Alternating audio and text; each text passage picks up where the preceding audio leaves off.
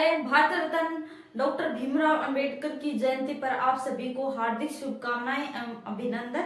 तो आज की क्लास में हम पढ़ेंगे वो है दादू संप्रदाय। तो दादू संप्रदाय के बारे में हम आज डिस्कस करेंगे। तो चलिए स्टार्ट करते हैं। सबसे पहले देखो, प्रवर्तक नाम से स्पष्ट है कि जो प्रवर्तक है वो है संत दादू दयाल जी।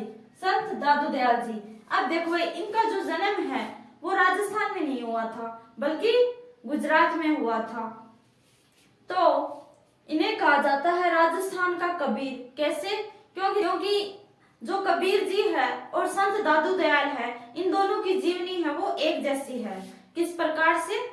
तो संत दादू दयाल है वो गुजरात का एक ब्राह्मण था, लोधीराम ब्राह्मण। उनको मिला था जो साबरमती नदी है, साबरमती नदी में बहते हुए एक नवजात के रूप में। तो लोधीराम ब्राह्मण है वो उनको, जो संत दादू दयाल है, इनको ले आया और उनका है वो पालन पोषण किया। संत दादू दयाल का पालन पोषण किया। अब जी 12 वर्ष के हुए तो ये वही घर छोड़कर भाग गए थे। घर छोड़कर भाग गए थे। तो जो इनके पिताजी थे लोधीराम, वो इनको वापस ले आए पकड़ के, और इस बार उन्होंने करवा दी इनकी शादी। तो साथ, लेकिन भाई ये तो ठहरे वैरागी। शादी होने के बावजूद भी जब ये 19 वर्ष के हुए, 12 वर्ष की आयु में पहली बार ये भागे थे घर से, फिर जब ये 19 वर्ष के हुए तो ये वापस है वो गृहस्थ जीवन को छोड़कर है वो जो वैरागी जीवन है वो जीने लगते हैं और घर को छोड़कर राजस्थान में आ जाते हैं। तो ये आते हैं भाई राजस्थान में। तो इनके जो गुरु है वो देखो, ठीक है, राजस्थान आ गए। कौन? संत दादू दयाल जी। जन्म कहाँ हुआ? गुजरात में, अहमदाबाद में। तो भाई इनके गुरु का क्या नाम है? गुरु थे ब्रह्मानंद। तो इनसे इन्होंने जो आध्यात्मिक ज्ञान है उसकी शिक्षा ली थी। तो आध्यात्मिक ज्ञान की शिक्षा किससे ली? ब्रह्मानंद जी से। ठीक है। अब देखो, करडाला नागौर में आध्यात्मिक चिंतन के लिए आए थे। ठीक है, करडाला जो नागौर है यहाँ पे आध्यात्मिक चिंतन के लिए आए थे और गुरु कौन थे? ब्रह्मानंद। ठीक है।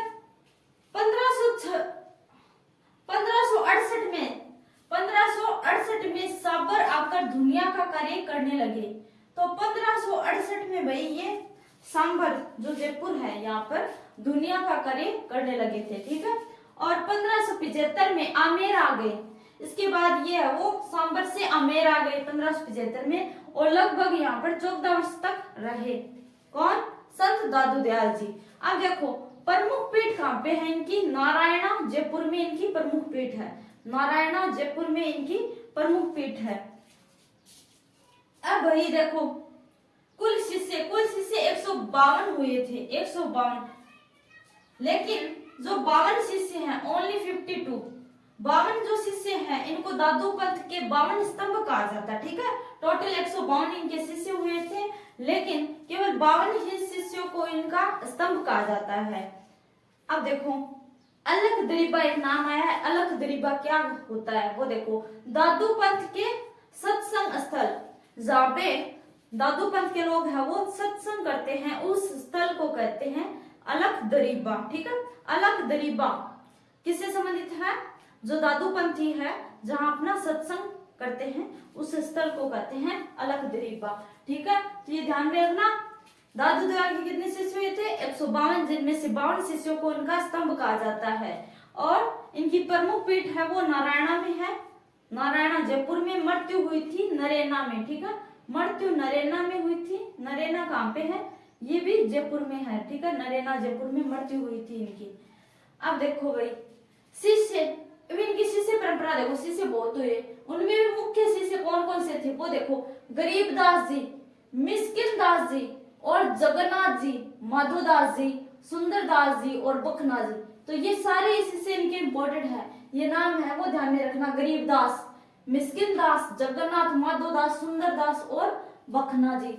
ये इनके प्रमुख शिष्य थे जिनके नाम है वो परीक्षा में पूछे जाते हैं। अब देखो प्रमुख ग्रंथ, ये भी वेरी वेरी इंपॉर्टेंट है। प्रमुख ग्रंथ, ग्रंथ क्योंकि आजकल परीक्षा में है वो प्रमुख राजस्थान की जो प्रमुख कृतियां है वो पूछी जाती है। साहित्य कार्य बोल या प्रमुख उनकी कृतियां वो रचनाएं।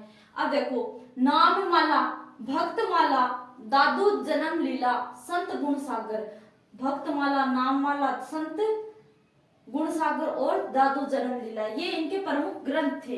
अब देखो दादू जी के उपदेशों को दादू जी री वाणी और दादू जी रा दोहा में संग्रहित किया गया।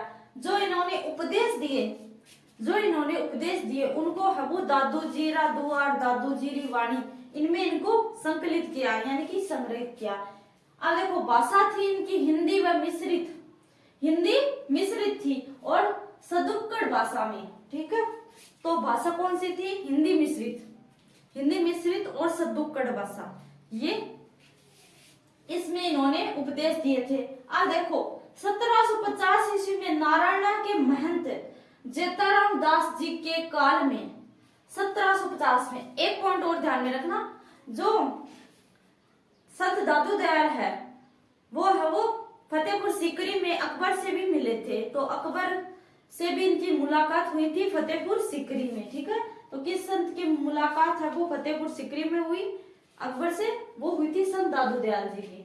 अब देखो सन 1750 ईस्वी में नारायणा के महंत जेतराम दास जी के काल में दादू संप्रदाय 5 शाखाओं में विभाजित हो गया। तो एक व्यक्ति है जेतराम दास, इनके शासन काल में जो दादू संप्रदाय है ये 5 मुख्य शाखाओं में बंट गया। वो किस प्रकार से था वो देखो। सबसे पहली शाखा है खालसा। अब खालसा किससे संबंधित है? तो खालसा संबंधित है जो गरीबदास जी है इनकी आचार्य परंपरा से।